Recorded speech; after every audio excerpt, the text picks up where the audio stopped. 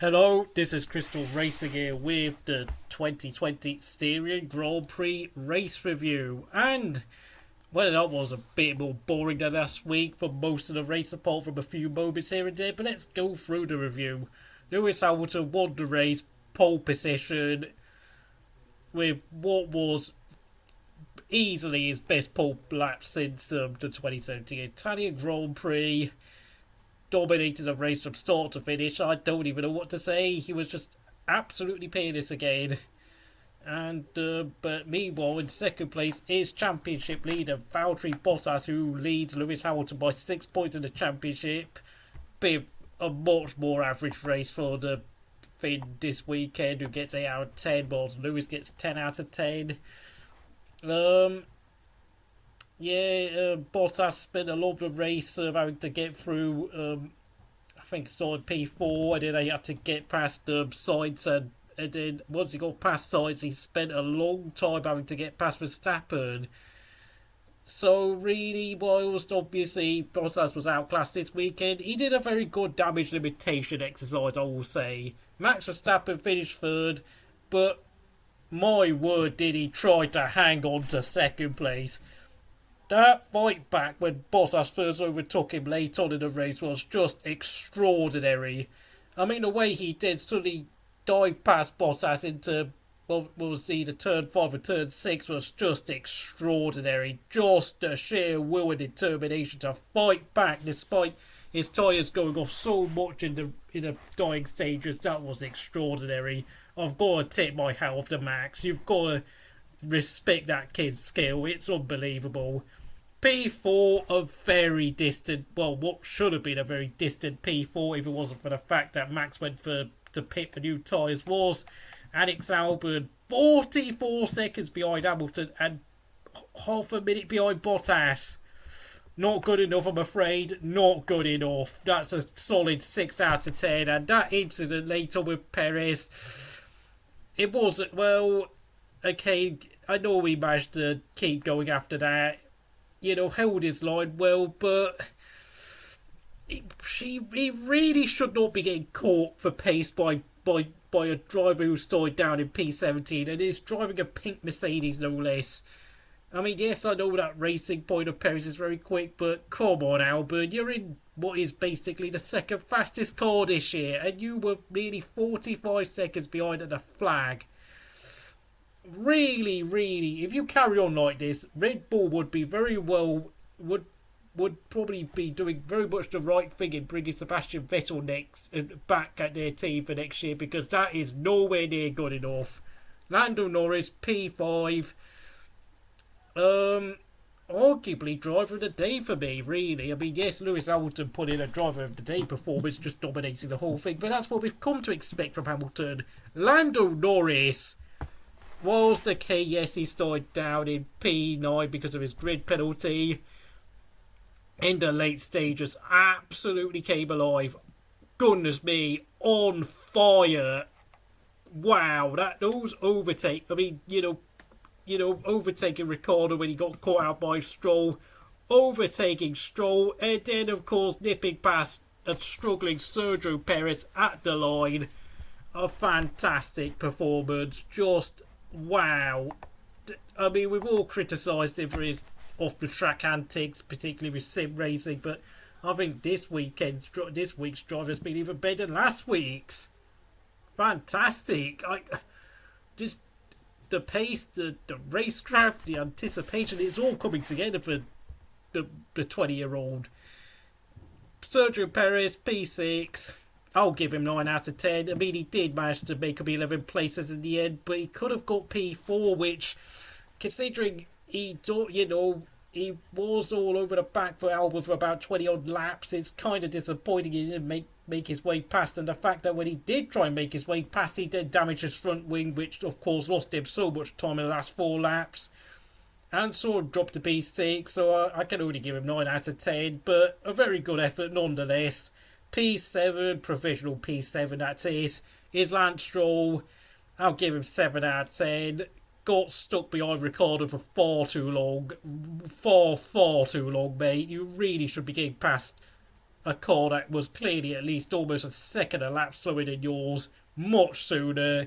And then when you did get past, you had to put, well, I mean, Ricardo had to go well off track, and you went off the track as well at turn 2. That's seriously not good. That's some seriously poor racecraft, I'm afraid. It's only because you didn't sustain any damage because Ricardo went miles wide to avoid hitting you because, of course, he is a lot more experienced than you. So, yeah, if you get demoted to P8, mate, I don't really think it's a particular injustice of any sort. Not impressed, I have to say.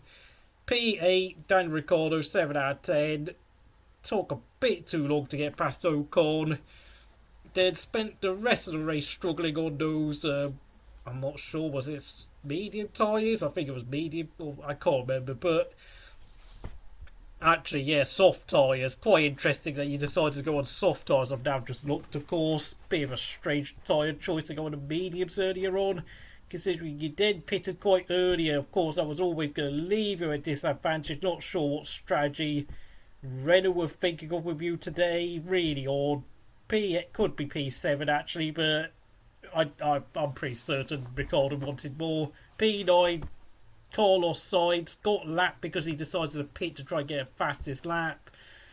And he did get the fastest lap, but crucially, whilst he didn't qualify P3, his race pace wasn't that great. And I think, considering what happened with Perez, I think Carlos Sainz must regret pitting because he could have got P6 if you think about it, or P7.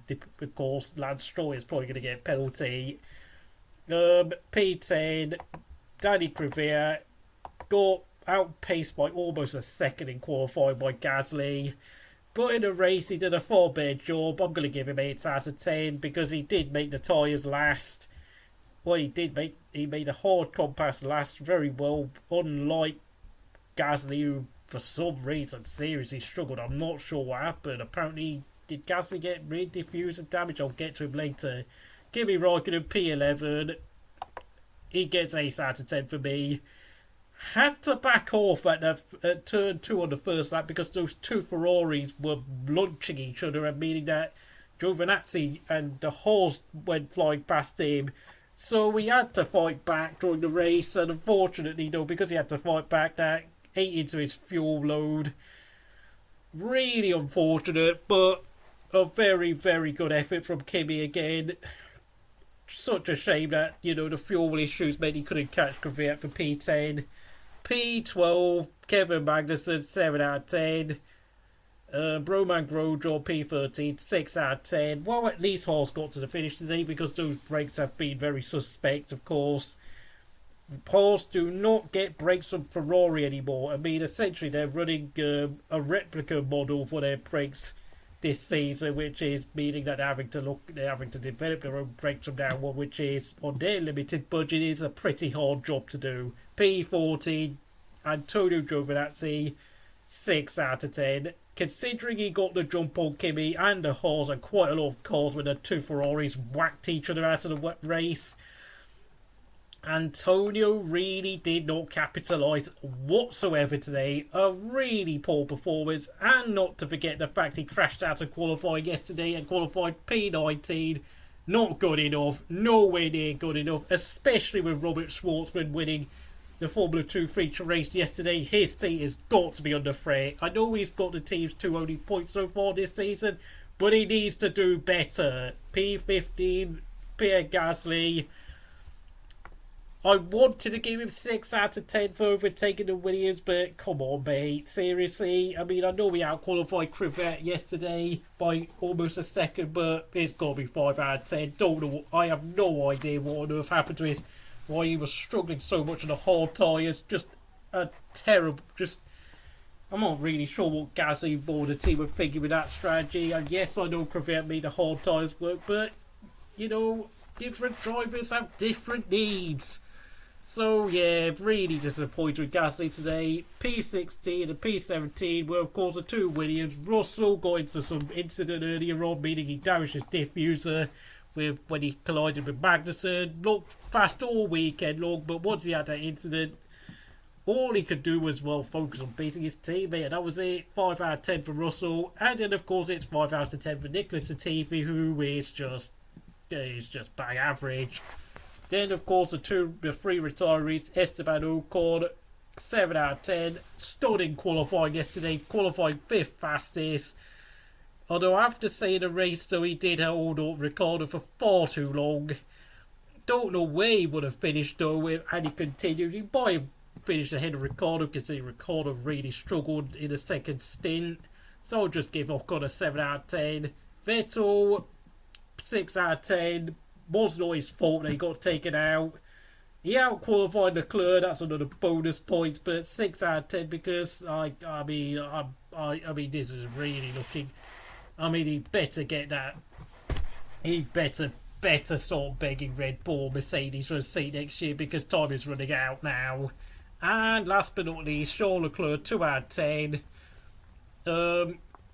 Qualified behind Vettel in P11. Got knocked out in Q2. Got a 3-place grid penalty for holding up Cravain qualifying. And then did the biggest no-no in motor racing, which is of course rule number 1, do not take out your teammate. That's exactly what Leclerc did, because I have no idea what he was thinking, diving in even later than what Vettel did last weekend on Carlos Sainz at last weekend's Austrian Grand Prix, and he completely damaged his own floor, destroyed Vettel's rear wing and Vettel's gearbox. I mean, Vettel's probably going to get a 5-place grid penalty if his gearbox is not working after that.